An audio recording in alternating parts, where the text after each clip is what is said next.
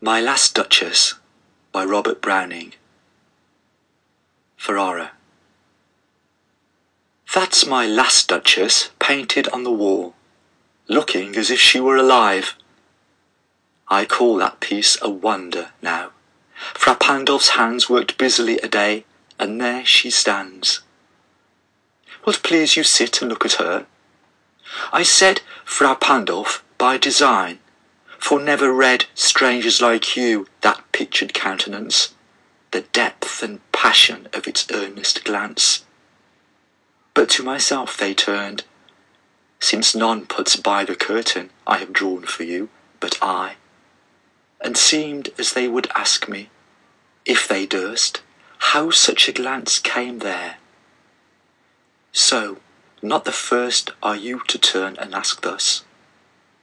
Sir, 'twas not her husband's presence only called that spot of joy into the Duchess' cheek.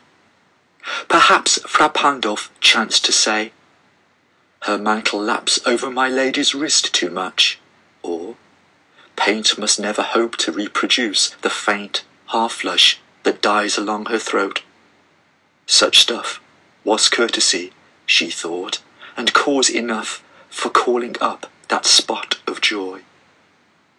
She had a heart, how shall I say, too soon made glad, too easily impressed.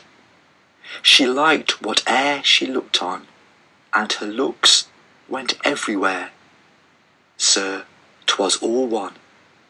My favour at her breast, the dropping of the daylight in the west, the bough of cherries some officious fool broke in the orchard for her, the white mule she rode with round the terrace, all and each would draw from her alike the approving speech, or blush, at least.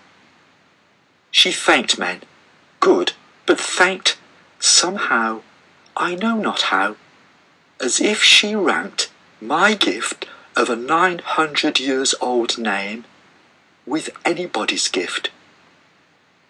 Who'd stoop to blame this sort of trifling, even had you skill in speech, which I have not, to make your will quite clear to such an one, and say, just this or that in you disgusts me, here you miss or there exceed the mark.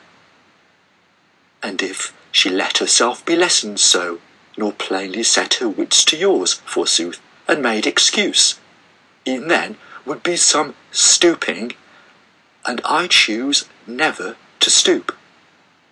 Oh, sir, she smiled, no doubt, whene'er I passed her, but who passed without much the same smile?